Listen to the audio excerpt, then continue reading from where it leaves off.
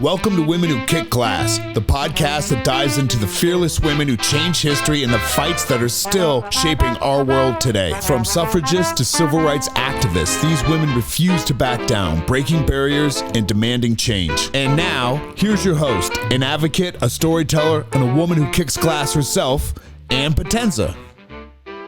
Today we're talking about a suffragist who made a name for herself, not just through the brilliant speeches that she gave, but also because she refused to compromise who she was and what she stood for. Lucy Stone was not only a fierce advocate for women's right to vote, but she also stood up for gender equality in all aspects of life, whether it was marriage, education, or employment. She demanded that women be seen as equals and be able to define themselves, rather than the world always defining them.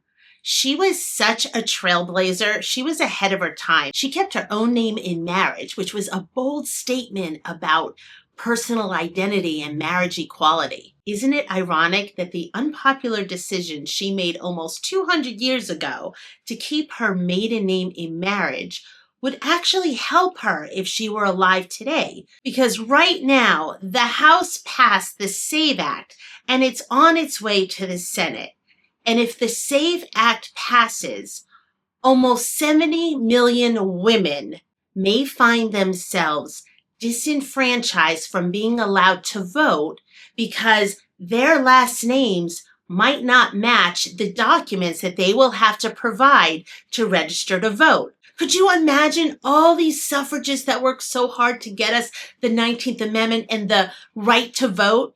So we're going to go back to talking about Lucy. To appreciate the work she did will make us appreciate why we need to do our best to save the SAVE Act from happening, okay? So Lucy Stone was born in 1818 and grew up on a rural farm in Massachusetts.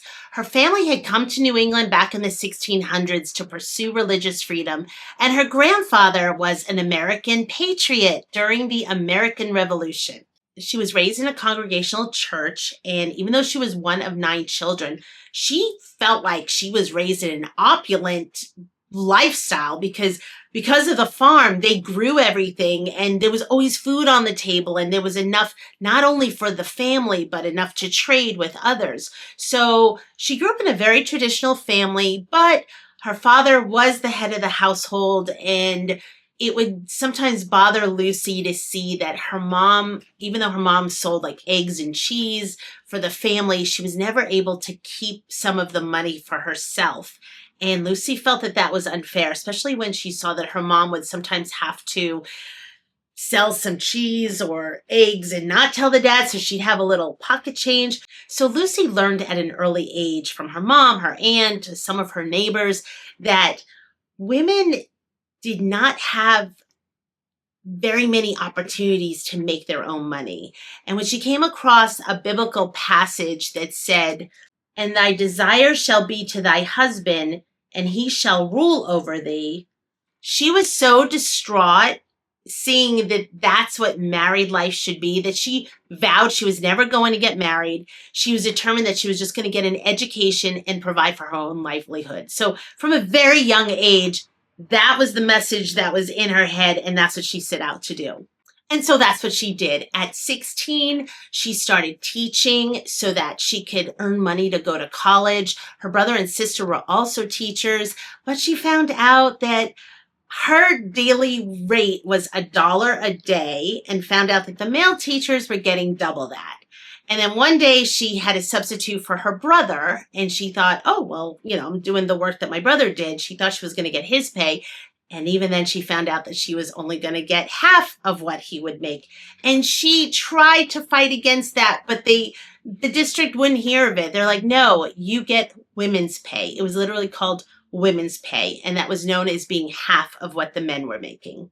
So first she learned about women's pay. And then a couple of years later, she learned about the woman's question. And what that was, there was this controversy going through all the newspapers in Massachusetts at the time about what was the proper role of women in society. Should they play an active role in the reform movement of the day? So we know which path Lucy took regarding the women's question, because it was during all that controversy that she really started to shape her beliefs and her views on women's rights in society at that time. So at 21, Lucy was determined to pursue higher education, and she entered Mount Holyoke Female Seminary, but she was only there for about a term because she was very disappointed to see that the school had a intolerance for anti-slavery and women's rights. And that was not the path she was going down. So after she left there, the next month she enrolled in the Wesleyan Academy. And this school was more to her liking. She was part of a literary society. And within that group, they used to talk about how women should have the opportunity to be part of politics and Congress. And so this was more along the lines of her vision of what she saw for her life. There was an article in a local newspaper that Lucy read about an anti-slavery worker. Her name was Abby Kelly. And Abby had gone to Connecticut for an anti-slavery meeting. But even though she was hired to be a worker in that state doing just this, she was denied the right to speak or to vote at that meeting. But in direct defiance to that order, every time there was a vote, Abby would hold up her hand and she would still vote, even though they were ignoring her and not paying her mind. Lucy took notice of Abby's actions and she admired what she was doing. And so she filed that back in her mind. And she always said that she wished that there was more kindred spirits like Abby, someone who would defiantly speak out and still stand up for the vote, even if she was ignored in the process. And crazy enough, 3 years later, talk about full circle, at Lucy's church, there was a deacon who was going to get kicked out of their church for his anti-slavery efforts. And the minister at the church was going to kick him out, not only because he was speaking out against anti-slavery, but because he was helping Abby Kelly in local speaking that she was doing. And when Lucy spoke up against this, the minister told Lucy that even though she was a member of the church, she did not have a right to vote. And so when they took the vote in the church to decide whether the deacon was going to be kicked out, she raised her hands at every vote to vote against the deacon's expulsion. And they had 5 votes, and every single time she raised her hand against the deacon being expelled. So even in the face of her own church, knowing that she was going against them because they were silencing her, she still did the little bit that she could to let them know that she was not going to be silenced either. Eventually, Lucy made her way to Oberlin College in Ohio because Oberlin College was one of the very first colleges in the nation to allow women and African Americans to get a degree. To help cover her tuition expenses, Lucy asked if she could be a teacher at one of the lower departments at her school, but they wouldn't allow first-year students to be teachers. So she got a teaching job at one of the local district schools, and she got to pick up some manual labor at her school. It was like doing household duties, and she was paid 3 cents an hour. But she soon found out that that was also half of what the men would make if they were doing the same duties. Then a little bit after that, she got a job within her school teaching one of the lower like mathematics courses in the ladies department. And her students loved her. But like the other things, she found out she was getting half of what less experienced teachers that were men were getting. And when she went to the board and tried to demand that, she get paid the same amount as the men who were less qualified than her, they refused and she quit. Her students were so upset about that they said that they would pay the difference in her salary because they didn't want to lose her. After 3 months of the students standing up to the faculty and Lucy not backing down, the school finally relented and Lucy was paid the same as her fellow male teachers. With all of her experience teaching and interacting with her students, Lucy knew that this was her calling. So she shared with her friend Abby Kelly that she wished to become a public speaker. That's what she wanted to do for her work, her next chapter in life. And you would think that being at Oberlin College, where women and African Americans were allowed to get college degrees, that this would be something welcome, but it wasn't. The faculty was still opposed to all the conversations and all the discussions that were going on around the campus regarding women's rights and women having the rights to speak publicly and openly. It wasn't common for them to do that. So there were all these campus demonstrations happening about women's rights and public speaking. But Lucy prevailed, and she wound up giving her first public speech at Oberlin College, and it was for the August 1st commemoration of the emancipation of West Indies. After she gave that first speech, she knew that's what her calling was. So she went home and told her family that she was going to become a women's rights lecturer. And her father this time supported her, but her mother and her sister broke down in tears because they were afraid for her. They were afraid for her safety, that she was going to get ridiculed and jeered because the climate in the rest of the country was not supportive of women's rights lecturers at this time.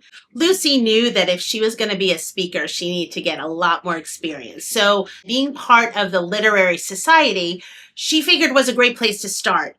So the women were allowed to have these discussions and debate each other. But when she asked about men and women participating in debates, she was flatly refused.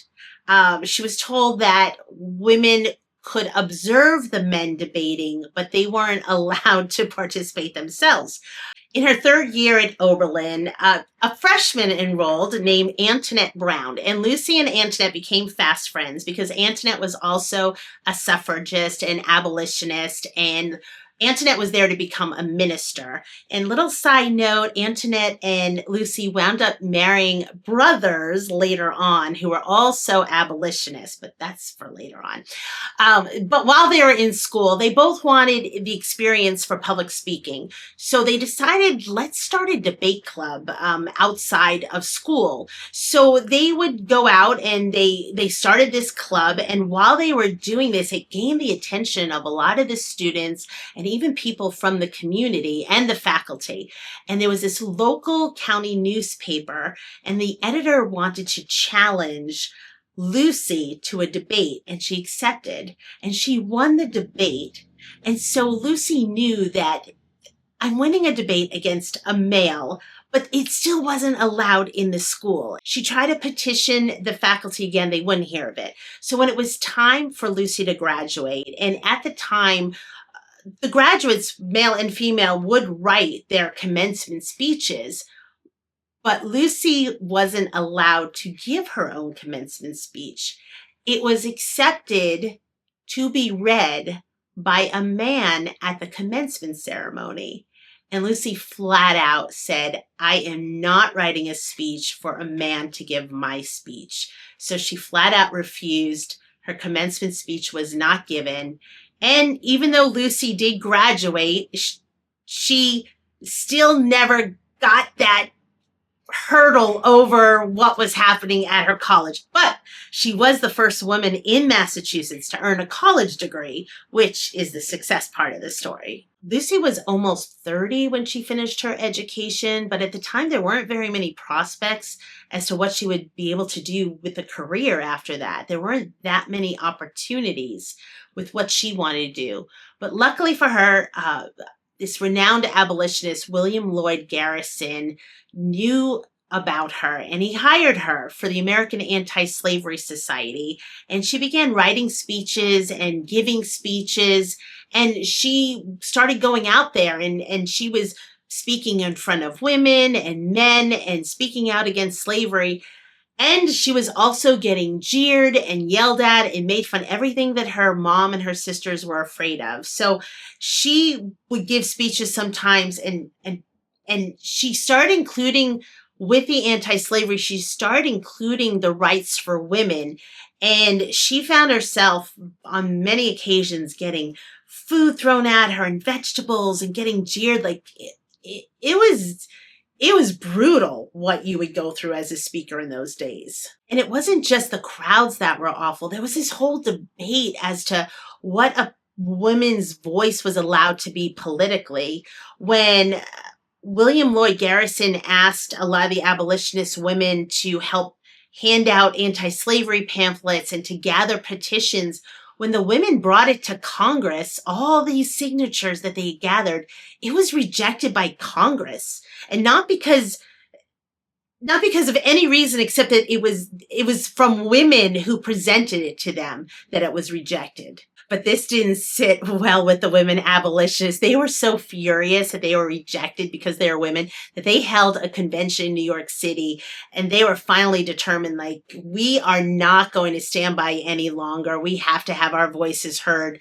They rejected, because so much of it was based on scripture, what the women's place was, that they at this point were rejecting the norm of what they had been doing all these years. Lucy went on to become such an effective speaker, and she had this powerful persuasion over her audiences. She was this Quaker woman who was mild-mannered and had a voice that they called a silver bell, because it had such a melodious voice that can bring an audience to laughter or tears. But underneath was this self-possessed, unshrinking, loaded cannon of a message. The nice thing is her anti-slavery community helped perpetuate her speaking and gave her opportunities and introduced her to other people who helped support her vocal speaking engagements. And soon she was invited to one of the women's conventions. And it was at this convention when Lucy met Susan B. Anthony and Elizabeth Cady Stanton. And the three of them, they were like the triumvirate of women's rights and feminism. And they were united in their quest for the abolishment of slavery and women getting the right to vote. But then after the Civil War ended, when it was time to get the right to vote, this is when things changed, because Susan and Elizabeth couldn't move forward with only the Black men getting the right to vote. They really believed that it had to include women also, or else they couldn't support it. But Lucy, on the other hand, was okay with getting the Black men to vote first, and then she would work on the women's rights. So this is when they inherently disagreed, and this is when the women's rights movement splintered, and there were different organizations that were established. And Lucy wound up establishing the American Women's Suffrage Association, and there was the Women's Journal that she published out of that. Women's rights conventions up until this time were more regional meetings. And Lucy and some of her fellow activists thought that there should be a women's rights convention on a national basis. So they decided to work towards this goal. And 2 years after the first Seneca Falls convention, they did get the first National Women's Convention to happen in Boston. Unfortunately, Lucy got sick. She got typhoid fever, and she wasn't able to be as involved in the planning of this convention as she wanted to be. But there were still like over 1,000 people to came to this first convention, and she was able to make it even after having typhoid fever. And her speech was reprinted many, many times. But one of the most powerful lines in it was her statement of, "I will not ask for the ballot, I will take it." And this pretty much sums up her cause and result. The next year, Lucy launched her career as an independent women's rights lecturer.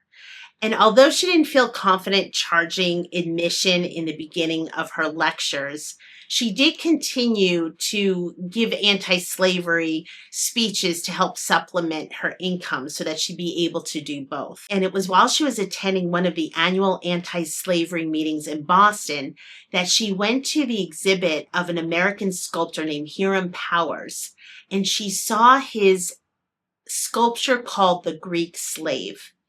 And this sculpture was a life-size female nude of a woman with chains around her wrists. She was so moved by that sculpture that night when she was giving her speech at the anti-slavery convention, she poured her heart out about how that statue represented the enchainment of all women, and went on to speak about women's rights and how they were needed. And she wound up getting in trouble by the person in charge of that meeting that she was speaking about women's rights instead of anti-slavery rights. But she knew at that moment that she had to speak about women's rights. And going forward, that became her sole focus. So she became a women's rights lecturer. She toured all over giving speeches on women's rights. And it was at the Women's Rights Convention in Ohio when she was being heckled by men in the audience for giving her speech. And one of the guys in the audience was saying, "Oh, you women are so disappointed, the disappointment of women." And she just like right on turned on him and she said, and she gave this impromptu speech about the disappointment of women. And this is what she said: "From the first years to which my memory stretches, I have been a disappointed woman. When, with my brothers, I reached forth after the sources of knowledge, I was reproved with, 'It isn't fit for you. It doesn't belong to women.' Then there was but one college in the world where women were admitted, and that was in Brazil. I would have found my way there, but by the time I was prepared to go, one was opened in the young state of Ohio, the first in the United States where women and Negroes could enjoy opportunities with white men. I was disappointed when I came to seek a profession worthy an immortal being. Every employment was closed to me except those of the teacher, the seamstress, and the housekeeper. In education, in marriage, in religion, in everything, disappointment is the lot of women. It shall be the business of my life to deepen this disappointment in every woman's heart until she bows down to it no longer. I wish that women, instead of being walking showcases, instead of begging their fathers and brothers the latest and gayest new bonnet, would ask of them their rights." Lucy Stone's rebellion didn't stop at that podium. She took it to marriage itself. Lucy met Henry Blackwell, and he convinced her to marry him because they were going to have an egalitarian marriage. This meant they would have a partnership, shared responsibility, shared decision-making, shared values, and mutual respect. Lucy and her husband both shared a deep commitment to the suffrage cause, but Lucy's decision was a statement. Women should not be owned or defined by their husband. Their marriage vows, which were intended for publication, omitted a reference to wifely obedience and included a protest against marital law. It was an act of defiance against the norms of the time. Lucy also set a new standard by keeping her maiden name, and this was radical at the time. Women's identity was defined by their husband's name, but Lucy said no. She said, "My name is my identity and must not be lost. You're the one who has to live your life. Don't apologize to other people for the decisions you make for yourself. You're the one who has to live your life." Lucy was called the orator, the morning star, the heart and soul of the women's movement. Even Elizabeth Cady Stanton said, "Lucy Stone was the first person by whom the heart of the American public was deeply stirred on the women question." Lucy gave her last speech in 1893 at the World's Columbian Exposition in Chicago. And she died later that year at the age of 75. And this was one of her last things that she said: "I'm glad I was born, and that at a time when the world needed the service I could give." How fitting for a woman who never gained the right to vote herself, but who laid the groundwork for the 19th Amendment and the right for us to vote. Why does Lucy Stone matter to us today? Well, because she fought the battles that we're still fighting. She challenged the very idea of marriage as an institution that subjugated women. And today we're still fighting for marital equality and autonomy of women in relationships. She fought for equal education and professional opportunities for women.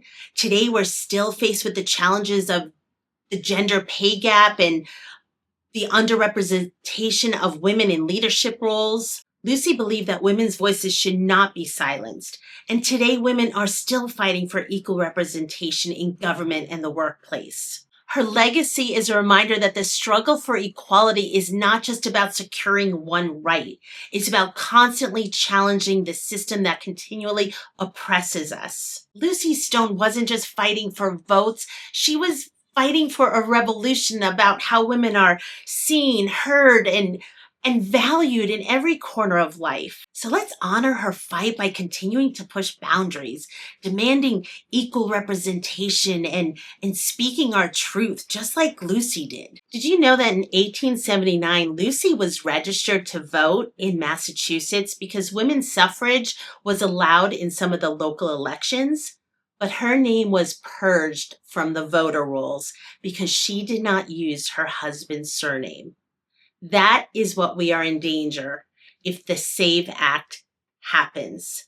So now more than ever, let's not let what happened to Lucy happen to us. The SAVE Act is about suppressing votes and silencing voices. In 2025, we are still fighting for everyone to be treated equal under the law. Women, seniors, students, low-income and rural voters, trans and non-binary individuals, and communities of color may not have access or the funds for the documents that are going to be required for the SAVE Act in order to be able to vote. Now is the time for mutual care and preparation, or we will have a landscape of exclusion and inequality. And let's continue to exercise our right to vote, because the 19th Amendment was not easy to get, but we have it and we have to save it. If Lucy Stone inspired you, start a conversation, share this episode, because remember, history isn't just the past, we are shaping it right now. Thanks so much for learning about Lucy Stone with me. Next week, we'll uncover another incredible woman, Susan B. Anthony, the suffragist whose unrelenting fight for women's rights left an indelible mark on history. Don't miss it. I'm Ann Potenza. Keep kicking glass. Thanks for listening to Women Who Kick Glass. Be sure to follow and subscribe so you never miss an episode. To learn more, contact the show. Visit womenwhokickglass.com. Until next time, keep kicking glass.